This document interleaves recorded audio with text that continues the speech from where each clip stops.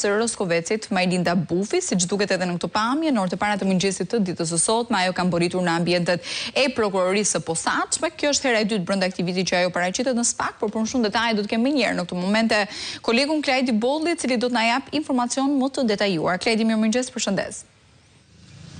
Mirëmëngjes Eneda, atëherë para pak minutash kryetarja e Bashkisë së Roskovecit, Majlinda Bufi, është paraqitur në prokurorinë e posaçme për të marrë në pyetje nga prokurorët e organit të akuzët. Ende është e paqartë në lidhje me çfarë çështje është thirrur zonja Bufi për të marrë në pyetje, duke qenë se ndas saj në prokurorinë e posaçme janë depozituar disa kallëzime penale, ndërkohë që hera e fundit që ajo është paraqitur në prokurorinë e posaçme ka qenë pikërisht maj 2024. Zonja Bufi, siç e thash, ndaj saj ka disa kallëzime penale në prokurorinë e posaçme. Ajo është kallëzuar penalisht nga një grup banorësh në Roskovec për shpërdorim detyre dhe falsifikim dokumentash në lidhje me tecin i cili do ndërtohet pikërisht në suk të Roskovecit, ndërkohë që ka pasur dhe një tjetër kallëzim nga Partia Demokratike Lokale e degës së Roskovecit në lidhje me disa tendera që zonja Bufi ka zhvilluar në këtë bashki sipas zyrtarëve të Partisë Demokratike në Roskovec.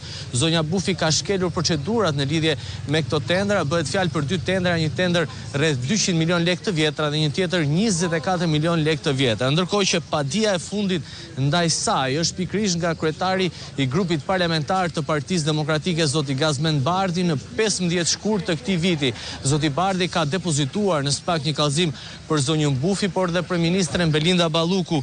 Sipas kreut të grupit parlamentar të Partisë Demokratike, sipas Bardhit, Balluku dhe zonja Bufi lejuan ndërtimin e hecit, po lejojnë ndërtimin e hecit në zonën e Roskovecit duke shkelur procedura dhe duke falsifikuar dokumentet. Megjithatë, tashmë zonja Bufi është paraqitur në SPAK për të marrë në pyetje, ndoshta pas daljes nga prokuroria e posaçme mund të na jap më shumë detaje se cila ka qenë arsyeja që është thirrur për të marrë në pyetje, ndërkohë që më herë ndas saj ka pasur dhe denoncime pikërisht nga emisioni Piranja në Syri Televizion në lidhje me shantazhe, presione dhe kërcënime ndaj votuesve në bashkinë e Roskovecit në lidhje për të votuar Partinë Socialiste.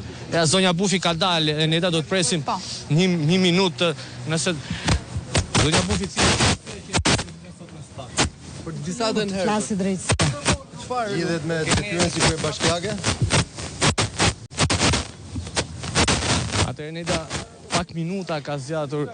Klajdi, sa duket e jetë hermetike zonja Bufi për një pronësim qoftë edhe konfirmues për gazetarët sa i përket asaj çfarë ka ndodhur brenda ambienteve të prokurorisë së posaçme. Ajo ka thënë që do të flasë drejtësia, por nuk ka dhënë detaje në lidhje me arsyeën e prezencës së saj apo jo në SPAK.